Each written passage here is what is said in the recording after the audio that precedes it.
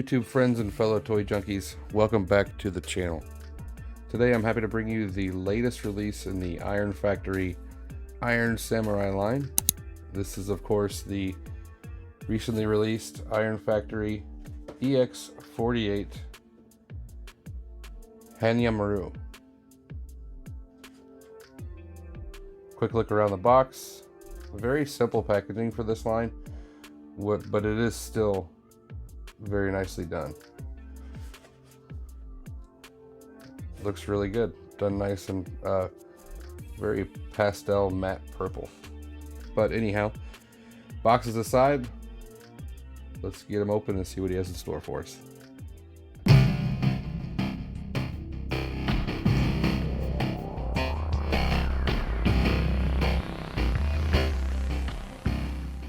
So here's everything that he comes with. He comes with, in addition to the fisted hands that he's utilizing when he's packaged, he comes with 2 open posing hands, 2 open holding hands, and 2 closed holding hands.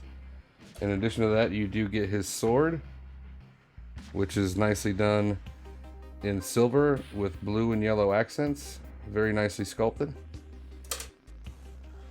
You get his sheath or scabbard, whichever you prefer to call it. Nothing much to talk about here. It does actually articulate, so you can adjust how it's sitting on him when you're using it. And then you also get an additional head. Now, this head sculpt is identical to the one that's on him. The only difference being the broken horn, which is definitely a shout out to IDW. Nicely done with silver paint for the face, red eyes, and a dark silver around the eyes and the inside of the cheeks. Very nicely sculpted. Definitely protruding chin, that's nice. And then sculpted with that samurai look going all the way around. The opened holding hands can be utilized if you want him to hold the sword at an angle to give you some dynamic posing options. All of the hands attached with a simple ball peg. The closed holding hand gives you a much more firm and straight look to it. All the hands are nicely done. They do hold the weapons incredibly well. The sword does fit into the sheath rather snugly. It works well, but just be careful because you may very well scratch up the yellow accent paint along the blade. The sheath does store nicely in the hole on his back. It's just a simple peg and port method, but it is very well done. So let's take a look at the figure. He is done mostly in purple plastic with painted highlights, but there's a look at the second head. Only difference being the double horns, but they both look good. There is an issue with the horns. They do easily come off. Being that the 2 heads are identical, you shouldn't have any qualms or issues about gluing the horns in, just because there's no distinguishing difference other than the horns. But the head is on a ball, can look down, up, and give you quite a bit of attitude as well, so that's nicely done. Shoulders are on a ball, actually a couple of ball pegs. They do have the ability to do a full 360 if you can get all the armaments out of the way. The wings do go with the shoulder pads wherever you move, so that can cause some disruption when articulating, but it's easily just moved out of the way and then moved back into place. The shoulder pads allow for movement up to there, but with the curve, or with the sculpting of the shoulder pad, it allows the arms to go up to a full 90, which is nice. Little bit of butterfly just because of the ball pegs, which allow for more motion. It's nice. Chest itself doesn't have any articulation, but it does look nice. It's got some silver accents on there. Pink along the sides of the abs or rib cage section, so that allows for actually a nice ab crunch and motion with the ball peg that connects it to the lower body. Coming down, you do have his armor, which is double jointed and allows for motion. It's on two ball pegs on the back, so you can actually tilt and maneuver, position the armor wherever you'd like, which is nice when posing the figure. Legs are on a ball joint as well. Nice range of motion.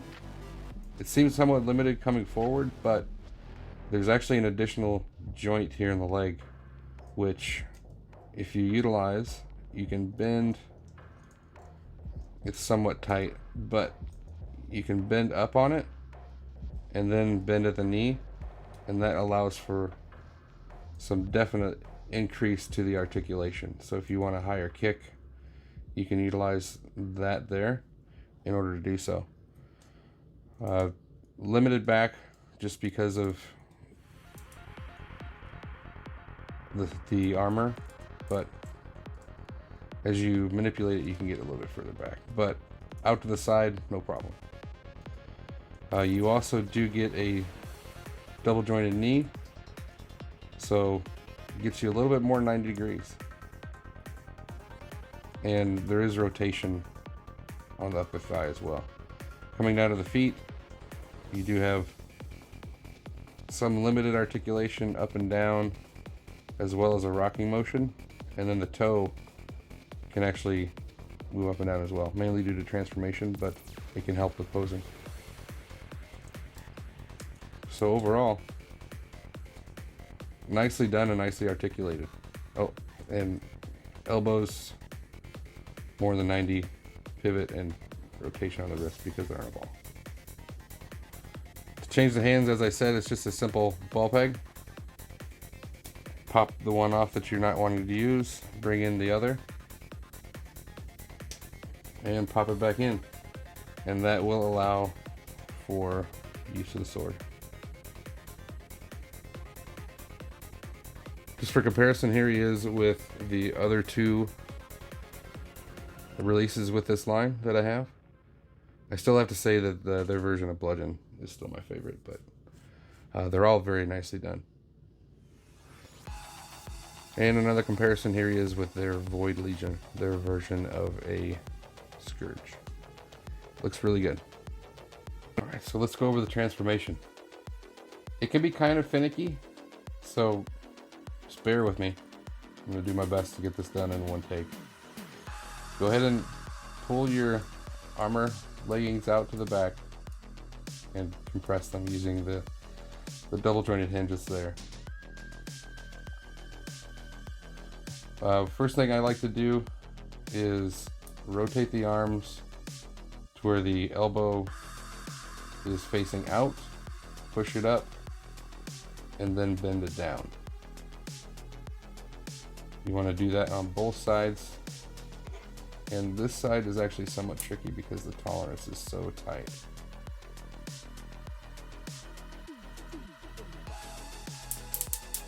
Yeah, you can hear it snapping in there.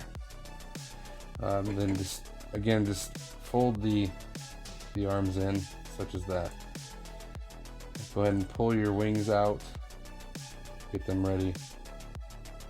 Now, there is motion here on the upper part of the body. It's easier to see. This is actually a locking mechanism, this black piece right here. So make sure, if you're having trouble getting it to slide, press down and pop it out. And then that should slide back and forth without any issue. And then just go ahead and lock it back in place. And then this peg right here will actually lock in to the lower body here. just like that. Now you want to go ahead and unfold the top. Bring these sections out.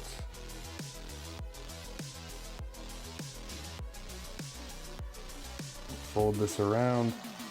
And again, very tight tolerances, so be careful.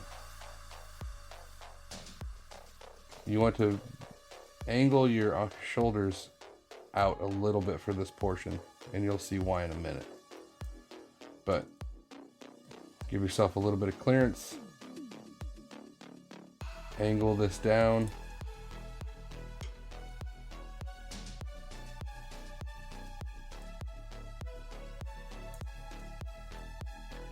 And get it in place if you can. There's the horns coming out.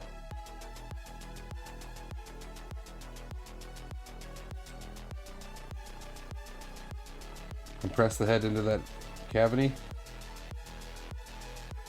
and then close it up like so. Now, the shoulders, you can see the gap there in the peg. So they are going to go into place and somewhat hold that front section in.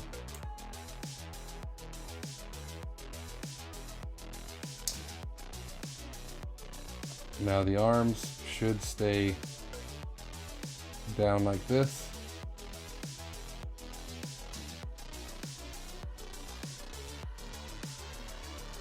And you're going to bring your wings in.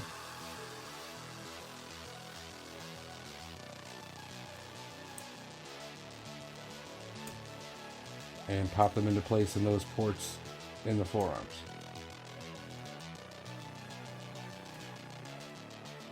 Just like that. And adjust as you need to. Now bring your skirt sections down. And you'll notice these pegs that go into the holes there on the fists. So adjust your arms as you need to in order to get that to work.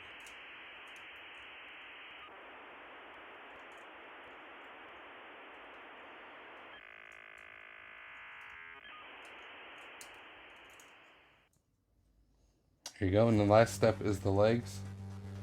The goal here is these prongs on each leg are going to go into that port there. So you unfold them, sliding them forward, Combiner Wars style,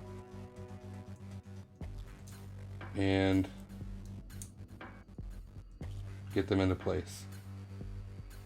Show that again on this side. Slide them forward, hold your feet and nestle them between the vents on the tail,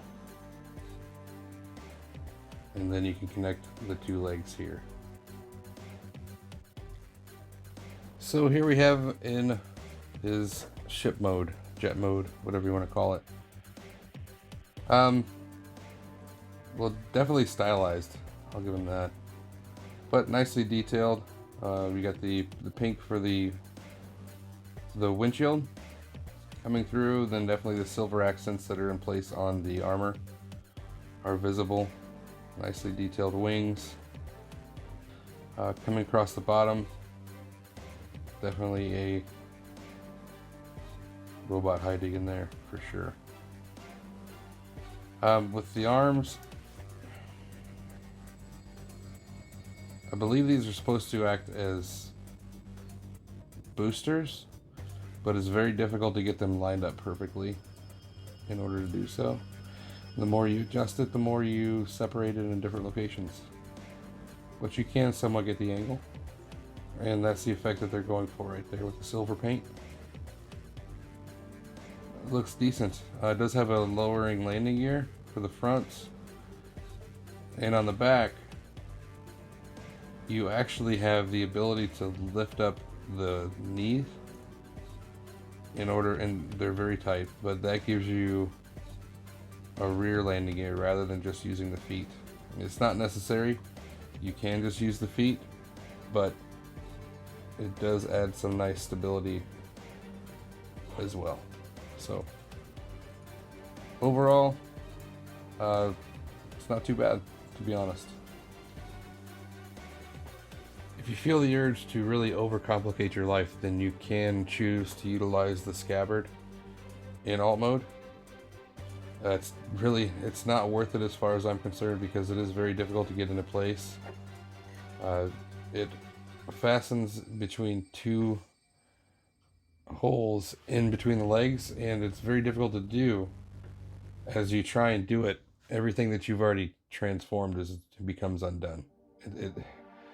The means definitely don't justify the outcome. Once again, just for scale, here he is with the Iron Factory Void Legion. So let's wrap it up with some final thoughts. Start with the negatives. Really the only issues I have are some tolerance issues, being the joints in some locations are tight, super tight, as you saw with my right arm as it squeaked as I tried to force it to turn.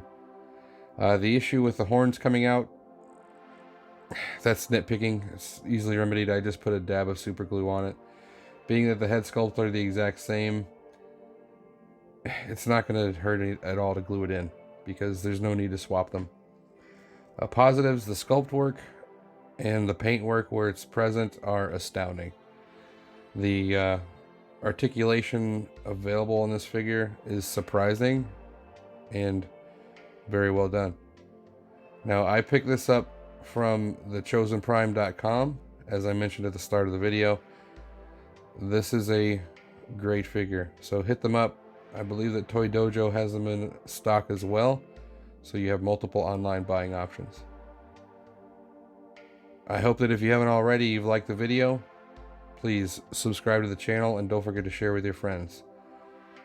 All three of those simple things that won't cost you a thing can really help my channel grow. All that being said, I hope to see you again next time.